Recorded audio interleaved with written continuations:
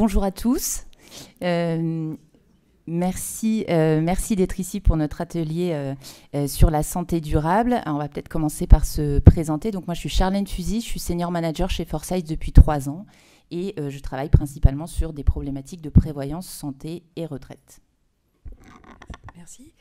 Donc bonjour. Bonjour à toutes et tous. Donc Ambre Vigny, je suis directrice technique et risque à la MGEN.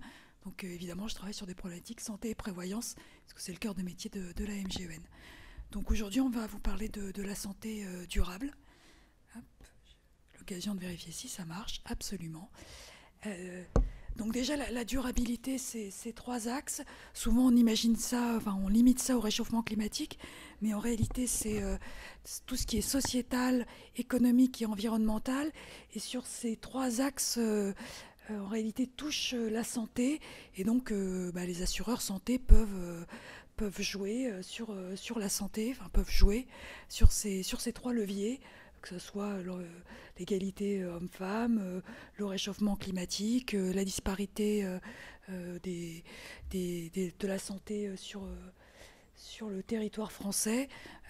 Donc c'est ça dont on va vous parler aujourd'hui. Je te laisse prendre. Merci. Alors, pour reposer un petit peu le contexte, nous voulions vous rappeler nous voulions vous rappeler donc les dernières évolutions réglementaires dans le domaine à la fois de la santé mais également du climat. Donc on va passer assez rapidement et sans remonter trop loin dans le passé. Peut-être la première réforme dont on voulait vous parler, c'est la réforme majeure du 100% santé qui a eu lieu en 2019 avec des impacts notamment financiers assez conséquents pour les assureurs, mais également pour les assurés en termes d'accès aux soins. Et donc on va vous en reparler un petit peu plus en détail juste après. Cette même année, elle a vu naître la loi énergie-climat et en particulier son article 29 qui a pour objet de clarifier et de renforcer le cadre de transparence extra-financière des acteurs de marché et elle vise notamment à contribuer à l'accélération de la transition écologique et sociale. Et puis, donc, après, on a eu la résiliation infra-annuelle en 2020, la réforme de la protection sociale des fonctionnaires et puis la réforme des retraites cette année en 2023. Et donc, pour 2024, donc on aura sans doute une suite du 100% santé avec quelques nouveautés qui sont en cours de proposition. Et puis la mise en place de la directive CSRD, dont l'objectif est d'harmoniser le reporting de durabilité des entreprises en termes de format de reporting et de mise à disposition de ces reportings. Je sais pas.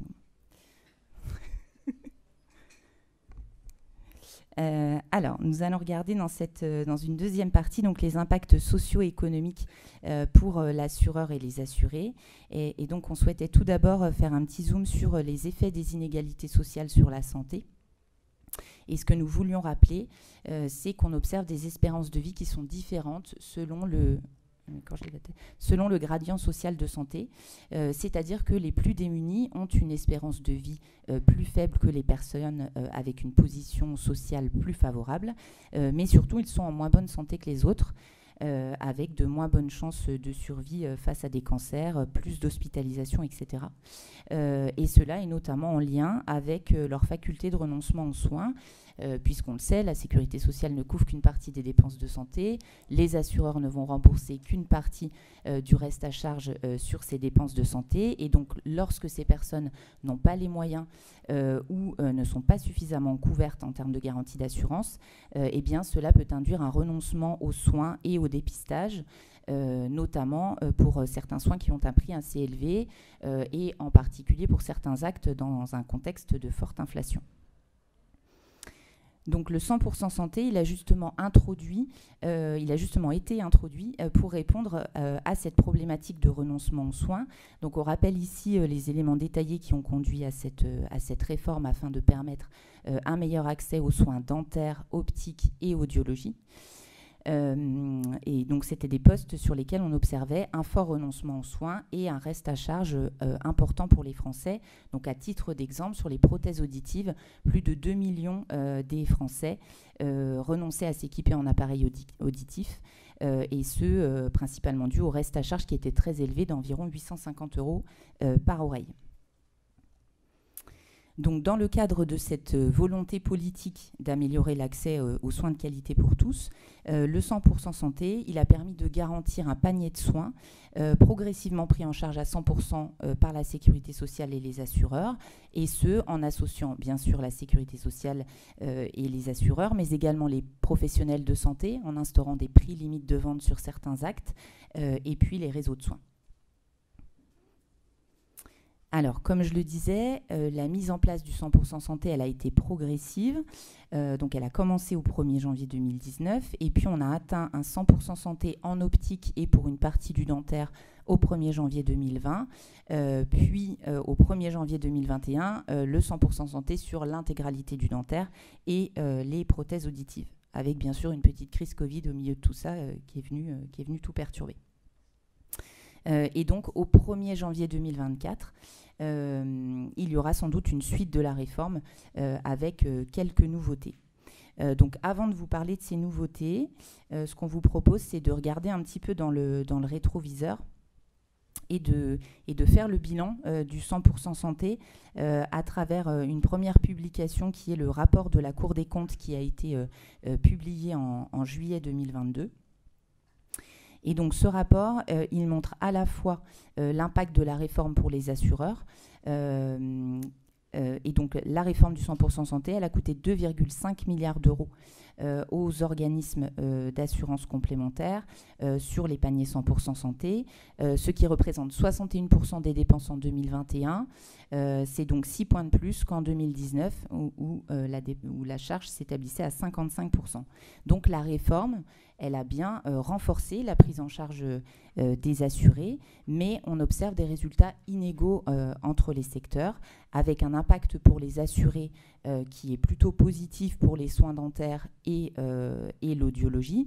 On voit qu'on a une part du panier sans reste à charge, donc 100% santé, qui est très important, et puis une hausse, voire une forte hausse du nombre de patients pour ces actes. En revanche, l'impact est plutôt en retrait sur l'optique, avec une part du panier 100% santé sans reste à charge de moins de 10%. Et ça s'explique parce que finalement, dans ce secteur-là, il y avait déjà, avant la mise en place du 100% santé, une prise en charge intégrale ou quasi intégrale des dépenses des Français. Alors, ce mois-ci, Mercer a publié une analyse du 100% santé sur son portefeuille, donc avec un petit peu plus de recul. Et cette étude, elle corrobore tout à fait la conclusion du rapport de la Cour des comptes, avec une amélioration d'accès aux soins et de la couverture des assurés en dentaire et en audiologie.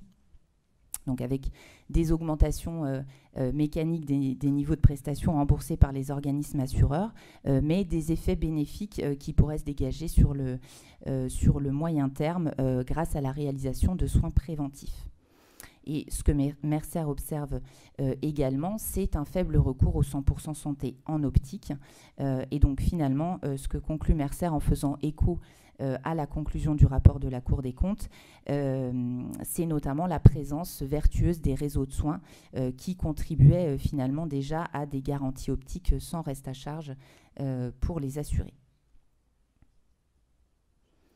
Alors, une fois qu'on a donc regardé dans le rétroviseur, on peut regarder vers le futur. Et donc, dans ce cadre, le ministre de la Santé et de la Prévention a annoncé une réforme du 100% santé en évoquant plusieurs possibilités. Une meilleure prise en charge des prothèses capillaires, une meilleure prise en charge des fauteuils roulants et éventuellement une meilleure prise en charge en orthodontie. Alors, ces éléments, ils vont bien sûr devoir faire l'objet d'études complémentaires et d'échanges avec les différentes fédérations d'organismes d'assureurs. Mercer a néanmoins mené l'étude des impacts de certaines de ces nouveautés et ils ont donc chiffré un impact sur les prestations santé de 1 à 2,5% pour les fauteuils roulants et de 0,2 à 0,6% pour les prothèses capillaires. Je te laisse la parole. Donc en plus des... Hop, voilà. Oui, mais puis en plus j'ai pas une voix qui porte, donc il faut que je sois sûr que le micro fonctionne. Donc en plus des inégalités sociétales et économiques qui peuvent toucher la santé, on a évidemment le réchauffement climatique qui a joué et qui joue et qui jouera encore plus à l'avenir sur la santé. Alors on a vu les canicules, les maladies vectorielles, la pollution de l'air. Alors je vais rentrer un petit peu plus en détail sur ces sujets. Alors la canicule, bon, ça parle à tout le monde, et en particulier on a vu à l'été 2022 3 canicules assez intenses qui a touché 78% de la population métropolitaine, avec 17% de décès supplémentaires. En particulier, c'est la population âgée qui est la plus touchée. C'est les urgences qui sont saturées, ou des visites à domicile qui sont beaucoup plus importantes. Et ça va pas aller en s'arrangeant. On va avoir de plus en plus d'épisodes de chaleur intense dans les années à venir. Les maladies vectorielles, on pense au Covid, mais on sait aussi que on a beaucoup plus de dingue. Excusez-moi. On a aussi quelques cas de paludisme en France, dans le sud de la France, ça arrive en ce moment.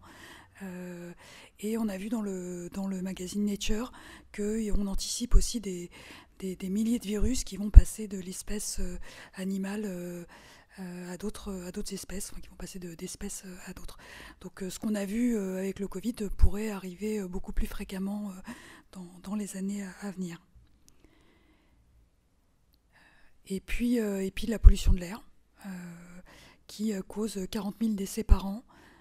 Et on a vu avec le confinement que ça a pu éviter 2300 décès. Alors on n'encourage pas les confinements à volonté, mais en tout cas ça illustre que quand on arrête de conduire, il y a moins de décès.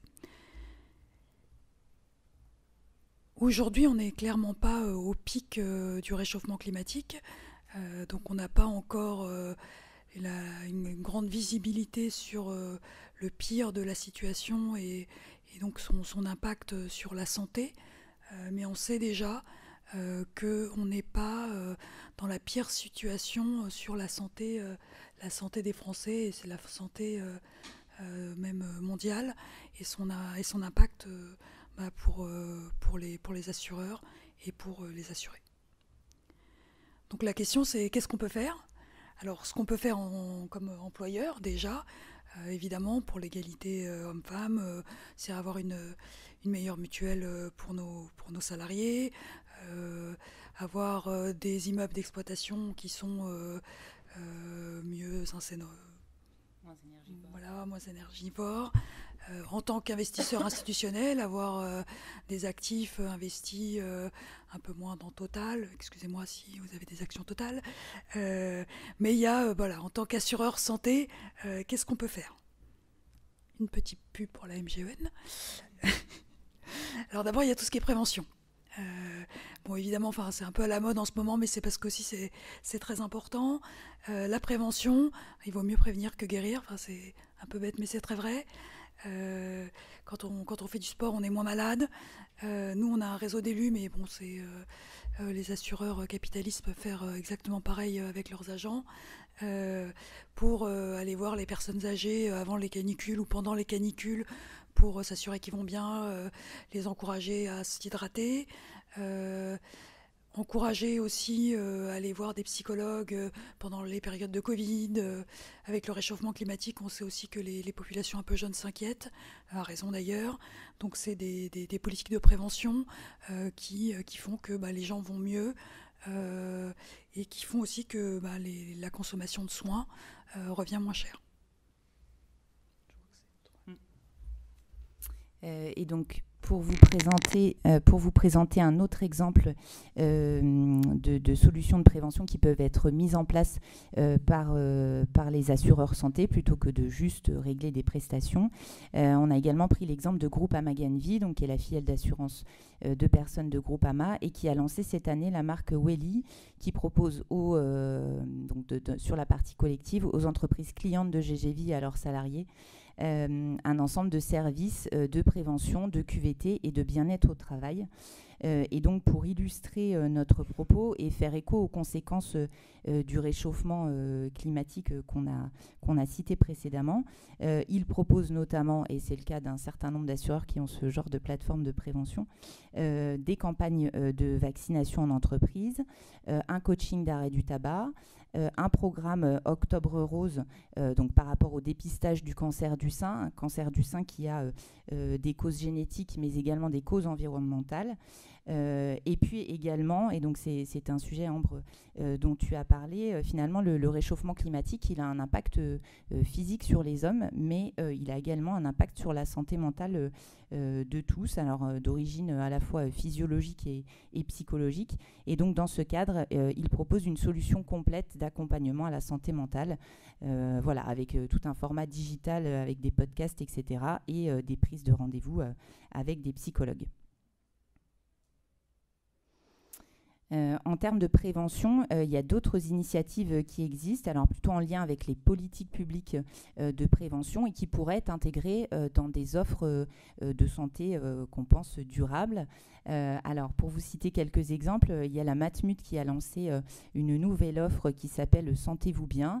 Et donc, dans le cadre de cette offre, il propose une sensibilisation et une prévention aux dangers des écrans et des réseaux sociaux pour les enfants notamment. On peut également citer la société Ethyloborn, alors qui propose une borne éthylotest électronique mobile pour permettre de mesurer son taux d'alcoolémie et de prévenir les risques liés à la consommation d'alcool. Donc on voit bien l'impact en termes d'assurance santé, mais également en termes d'assurance prévoyance et automobile au passage. Et donc cette société, elle a déjà noué un partenariat avec un assureur. Et puis sur cette partie prévention, on ne pouvait pas terminer sans vous citer un événement qui aura lieu la semaine prochaine autour du prochain enjeu majeur en matière de santé publique qui est la prévention. Et donc l'idée de cette journée à laquelle vous participerez peut-être, c'est de se dire que voilà, le tout curatif, il a atteint ses limites et maintenant, il devient urgent de se concerter pour définir une politique tous ensemble de prévention.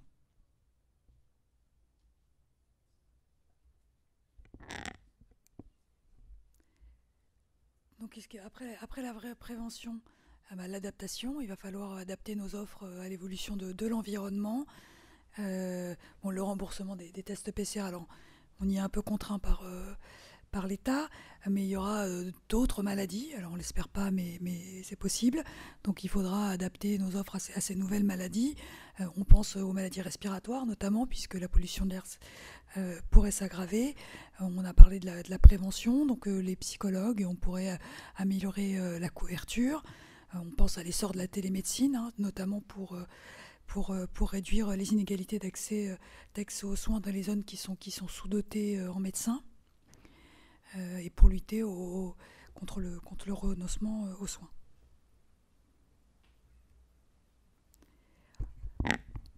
Il y a aussi, alors pour ceux qui viennent comme moi du monde mutualiste, qui dépendent du code de la mutualité, mais ça peut s'élargir évidemment, les centres de soins qu'on peut adapter au monde de demain, aux pathologies de demain, qu'on peut mieux concevoir pour bloquer la chaleur, pour mieux les répartir aussi sur les territoires, pour favoriser la biodiversité. Et d'ailleurs, la RS PACA a déployé un projet d'ailleurs en ce sens, alors pas complètement en ce sens, mais un peu, avec dans ces établissements de santé, avec une thématique pour que les résidus médicamenteux soient renouvelés, enfin soient bien, en tout cas soient j'ai plus les mots, voilà, décidément. Voilà. En tout cas, c'est des options qui s'offrent à nous dans le cadre du réchauffement climatique. C'était toi celui-là.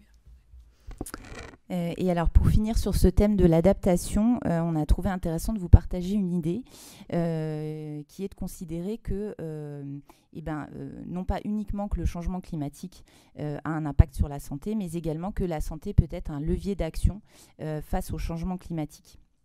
Et donc, dans ce cadre, il y a 2 éléments que nous souhaitions partager avec vous. Tout d'abord, une journée interdisciplinaire qui a eu lieu l'année dernière, organisée notamment par Santé publique France. Et donc, l'objectif de cette journée, c'était de mettre en évidence les liens entre le changement climatique et la santé. Et d'illustrer, d'encourager les actions concrètes de politique climatique ambitieuses, donc à différentes échelles, et les bénéfices qu'elles peuvent apporter sur la santé physique et mentale. Et donc pour illustrer cela, on peut citer le groupe Vive, dont MGN fait partie, mais c'est pas que de la pub. Et donc le groupe Vive, il a reçu un Argus d'or en 2022, pour la meilleure innovation dans le secteur assurantiel, avec son label Mon Logement Santé Air. Donc ce label, il met en avant des logements qui sont à la fois économiquement accessibles et qui présentent de haute qualité sanitaire, et puis également des services de santé et de mieux vivre. Et donc en 2022, ce sont 600 nouveaux logements qui ont obtenu ce label et ils visent 5000 labellisations d'ici 2025. Voilà pour cette partie adaptation.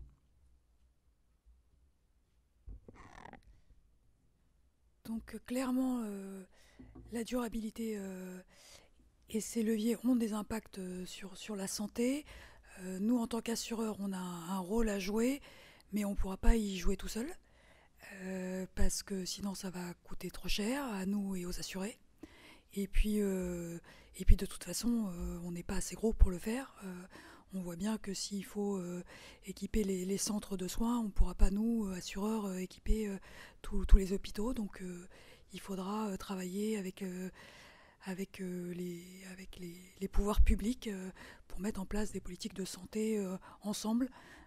Voilà, chacun dans son rôle pour accompagner les assurés et puis que la santé puisse...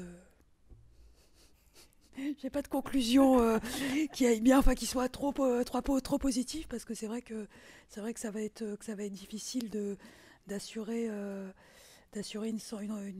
une santé pas trop chère dans le contexte qui arrive, surtout qu'en ce moment l'État a plutôt tendance à transférer les charges vers les assureurs, donc et alors que la santé pourrait se dégrader dans le contexte qui arrive. Et donc, ce qu'on vous proposait pour terminer cet atelier, plus qu'une conclusion, c'est en fait plutôt un échange, justement, sur comment, quels sont peut-être vos exemples, vos partages d'expériences sur le sujet. On fait un peu l'introduction de la future journée de prévention. J'espère que l'Argus ne nous en voudra pas, mais voilà ce qu'on vous proposait pour terminer cet atelier. Et puis, bien sûr, si vous avez des questions.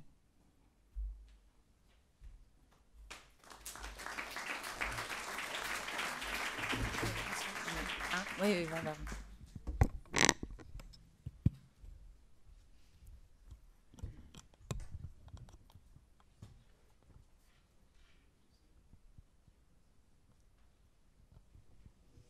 Quand vous... C'est bon? C'est bon?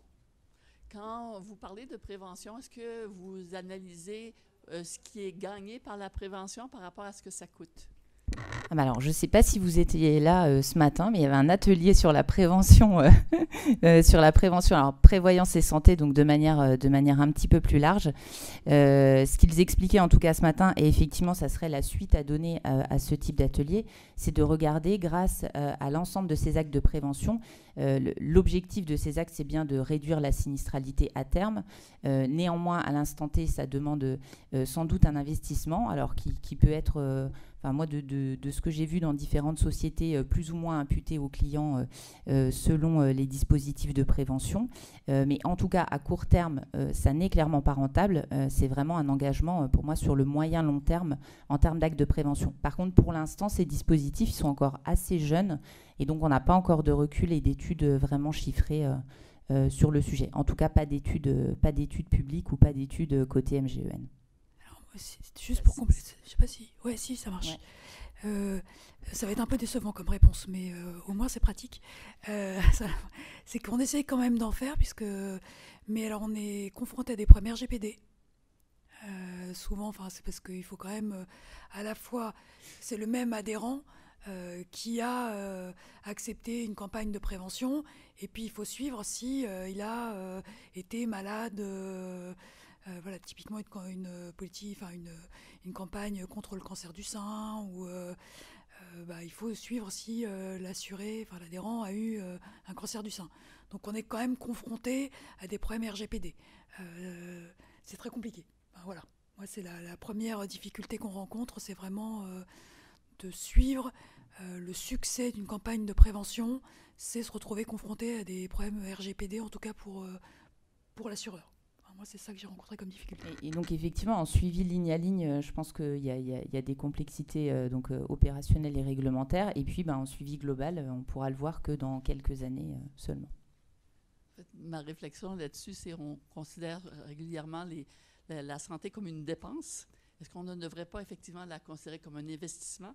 Et on verrait les choses bien différemment si on faisait ça. C'est vrai qu'on est dans un modèle où on est plus dans un modèle de consommation de la santé plutôt qu'une utilisation raisonnable en amont via des dispositifs de prévention. On va plutôt chez le médecin une fois qu'on est malade et on n'y va pas trop avant, quoi.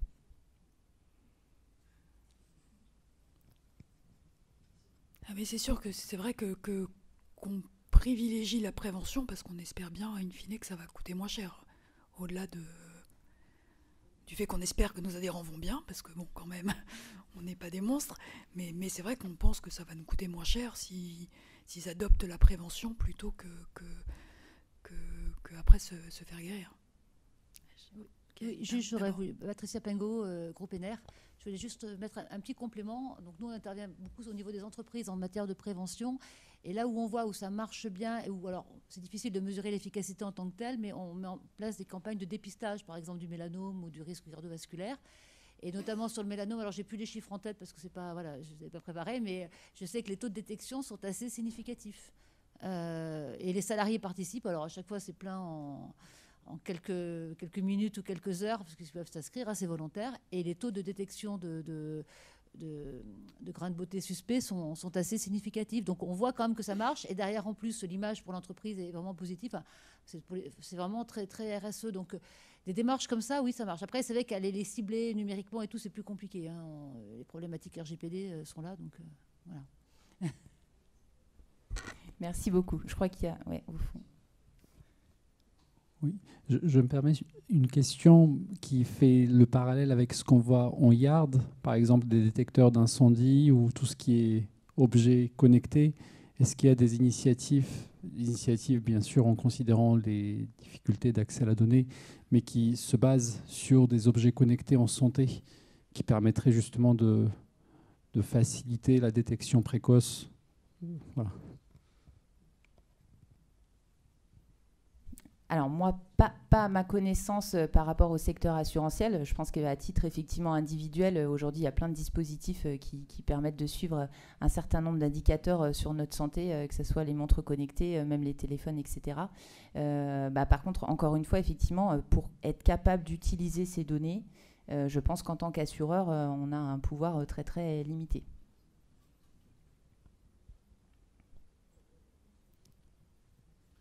Moi, j'avais une question parce que vous avez parlé du futur, qu'il faudra travailler à deux entre les assureurs et l'État. Moi, je vois aussi une troisième entité, c'est tout le monde médical, finalement. Ce monde médical, est-ce qu'il y a un lien qui est en train de se créer entre les laboratoires pharmaceutiques, les médecins et les assureurs pour mettre en place des partenariats de prévention ou faire du lobbying pour les déserts médicaux ou enfin, voilà, parce que effectivement, comme vous dites, c'est les assureurs, les mutuelles qui vont commencer à payer de plus en plus par rapport à la sécurité sociale. Ils ont peut-être aussi leur mot à dire et des partenariats à faire avec tous les médecins et pharmaciens. Oui, non, mais vous avez raison. Effectivement, je les ai oubliés dans mon discours. Effectivement, c'est un écosystème où il faut absolument qu'ils soient associés.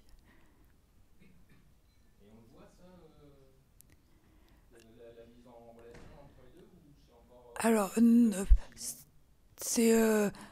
en tout cas à la MGEN, c'est vrai que c'est plutôt des opérations que quelque chose de très construit encore. Il faudrait qu'au niveau, d'abord ça ne peut pas se faire au niveau de chacune des mutuelles ou des assureurs, il faudrait que ce soit quelque chose de plus organisé. Moi je ne l'ai pas vu encore. Voilà. Et moi non plus.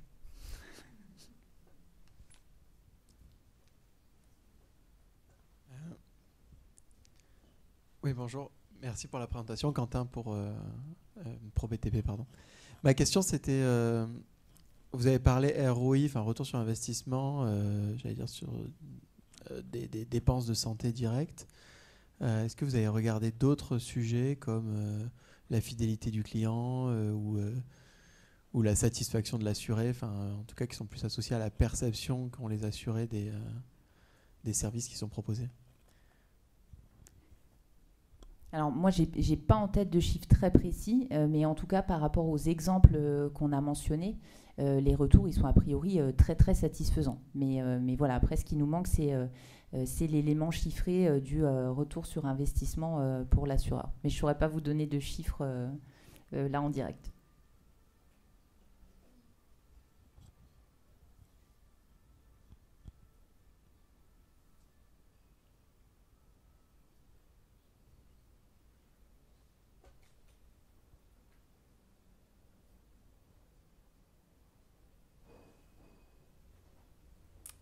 Eh ben, s'il n'y a plus de questions, j'ai l'impression que c'est le cas, on vous remercie beaucoup en tout cas de nous avoir suivis pour cet atelier.